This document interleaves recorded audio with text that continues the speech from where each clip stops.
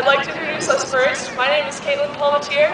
Next to me is Abby Bongard, Alex Stitt, Robbie Seltzer-Schultz, and Mara Olson. The five of us are giving a group.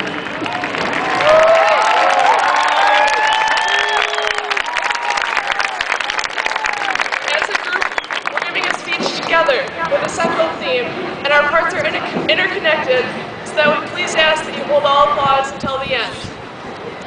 For a long time, we've envisioned walking through that chain link fence over there in our caps and gowns.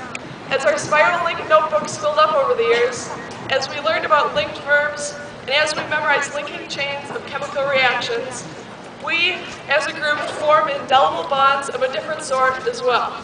Between every member of this class exists a connection of influence, consciously and unconsciously, in ways unimaginable to many of us sitting here today.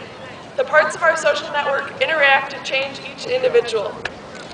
According to social scientist Nicholas Christakis, through up to 3 degrees of separation, 3 person-to-person links, we influence other people and other people influence us. It's not just who we interact with on a day-to-day basis that changes us, our primary links, but how those people interact with others in their lives, forming secondary links. We're even impacted by our friends, if you can imagine that concept. We all influence each other, whether we are aware of it or not. For example, Mr. Goddard influenced not only the person sitting in the front of the group asking questions about Wilhelm Wundt, or the students who got C's on his test. Mr. Goddard's students made psychology references to their friends and family. These individuals, aware of some psychological concept, indirectly influenced by Mr. Goddard, then altered their behavior to affect yet another. Though some experiences were shared only by small groups of friends, while larger groups experienced the same classes and teachers. As parts of a multi-dimensional puzzle, our actions and individualities reverberated throughout the entire network of our graduating class. You may recognize the secondary influencers in your life, but you likely struggle to name who you have influenced to the 3rd degree. Because it is not just your actions that change others, it is the combination of all of our actions as a whole that helps someone decide how to pass on the influence. As we look to the future, we ask how we became who we are today. In different ways for all of us, our high school class's dedication, pride, diversity, and extracurricular achievements have changed us. Our network will expand greatly in the coming years as we go different ways. Yet remember how you are positively influenced here, and be a positive influence on others. St. Louis Park.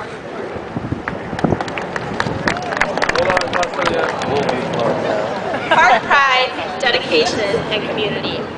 These are 3 overwhelming attributes of our senior class that we believe will continue to ripple on, influencing each and every one of us wherever we go or whatever we do in the future.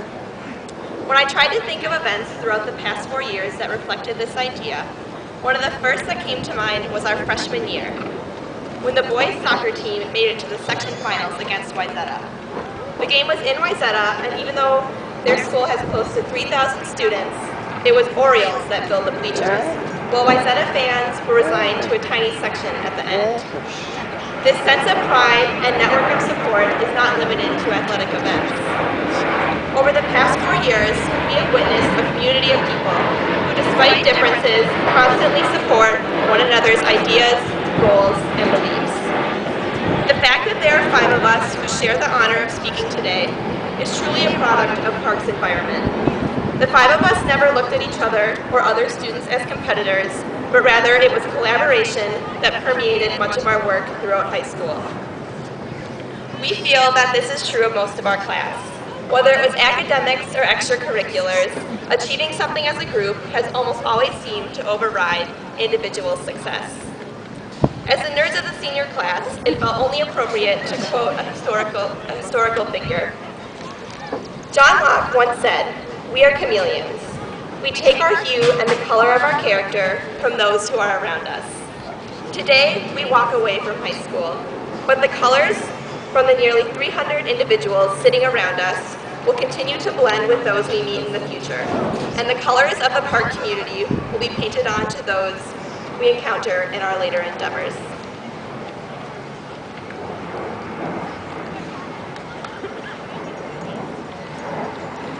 During our time here at St. Louis Park, each of us has had a truly unique experience. For some of us, these high school years will be the best years of our lives. For others, the absolute worst. Regardless of the experiences, good or bad, each of us has grown as a person and has learned valuable life lessons. One of these important life lessons has been expanding our horizons to adjust and embrace the diversity within our student body. Now I realize that who am I to talk about diversity? But I can say that I am truly proud to go to a school that contains such a wide variety of backgrounds. The diversity that comprises our student body teaches us compassion and acceptance.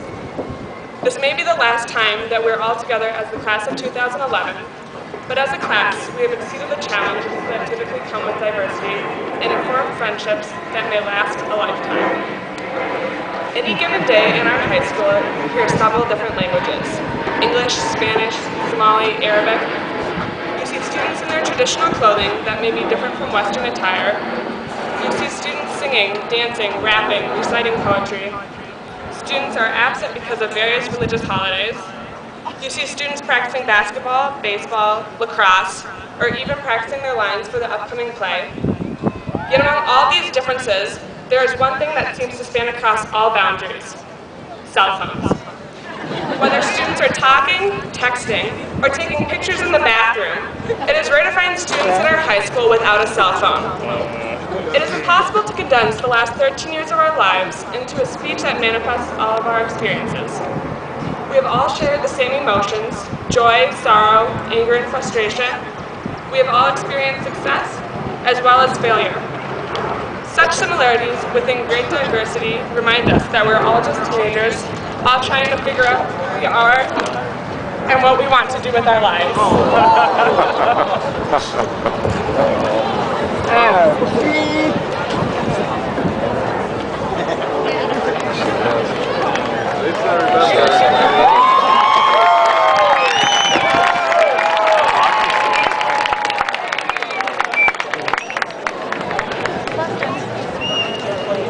In a weird way, I felt back in kindergarten this last year at Park with the same 30 people in all my classes. Remembering junior high and elementary school, I had classes with way more than 30 people in this audience. Many of you I really enjoy, but high school has put up a lot of barriers to meeting different people or reconnecting with old friends. For the past 4 years, the only way I could keep my social horizons from shrinking completely was when I got to be in high school, minus the school. I mean, it's anything that happened outside of classwork. For some, it's theater, clubs, circle tables, passing time. For me, it was sports. It's funny that I'm the one talking tonight about sports, because the girls up here are way more impressive athletes than I am. I'm what the coaches call a team player. Pretty ironic, since none of my sports are actually team sports. But even after something like 17 seasons of JV, I feel like I've still enjoyed the best of what high school sports and really high school has to offer. Every day, the chance to talk to someone new and different. I'm most reminded of why that's so meaningful when I talked to some shrimpy freshmen, brand new to the team, and I could tell them anything, like when to warm up for a race, or even how to catch the eye of the girl across the track. And he'd hang on to every word. I couldn't help thinking, I'm really not this cool, but for some reason, you're still listening to me. And right when I think of using that influence to mess with him, I'd realize just how much this freshman actually looks up to me. It's humbling to know that with only a couple words, I could have a pretty serious impact on a kid I barely know. Think about the seniors I idolized when I was a shrimpy freshman. It meant the world when they told me how to warm up for a race, or how to catch the eye of the really cute girl across the track. It was those small connections, coming full circle as I grew older, that I value most about my time in sports. The conversation with the freshmen also proved to me that in high school, regardless of someone's grade, what classes they took, who they hung out with, You didn't have to be their best friend to impact them. Someone didn't have to be your best friend to impact you. As I look out over the graduating class of 2011, 30 of you I saw every day. Most of you I probably talked to. Some I'm sorry I'll hear your name for the first time tonight. Regardless, it's not just the big moments we shared that have changed us. I leave here honored to have grown up together, to have shared moments, both big and small, with so many of you. Thank you.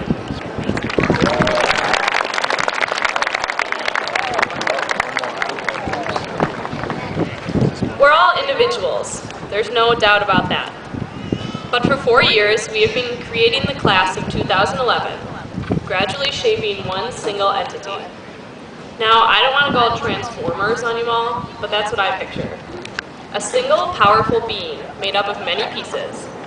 And we're not any Transformer, guys. We are Optimus Prime. We are the king of the Transformers, even if we don't all get along. Yet, tonight we dismantle. We will become our individual pieces and scatter across the state, across the country, and even across the world. Some of us might transform back into a yellow Chevy Camaro, an Autobot, or even Megan Fox if we're lucky. But none of us will be the same because of St. Louis Park. Those people we saw in the halls for 4 years have defined what is cool, inspired us, and determined our emotions. Now as we go our separate ways, we will express the traits we acquired from one another. The feathers in our hair will set trends at other schools. The confidence we always admired in someone else will finally be our own. And I know I'm stealing all of your jokes to take to college with me. We may be dismantling as a class, but there is a piece of us in everyone, whether we really knew each other or not. Into my future, I'm taking Robbie's brilliant outlook on life, Abby's childlike joy, Alex's sweet dance moves, and Caitlin's dedication. Through me, their radiance will shine to influence everyone I then meet. I stand up here as one of 5 representing you, even if you don't know me.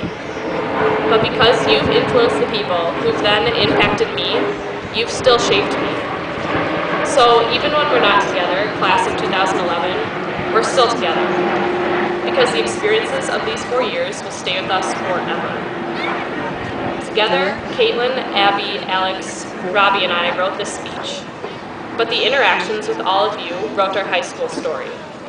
Thank you all for coming and for being here. And thank you for influencing me. Now, I'd like you to think of all the people that impacted each aspect of yourself, whether it be your habits, faith, or hairstyle. Look to your right. Now look to your left. What traits did you acquire from your neighbors? And what attributes will you pass on as we all assemble ourselves, transforming our own futures? Thank you.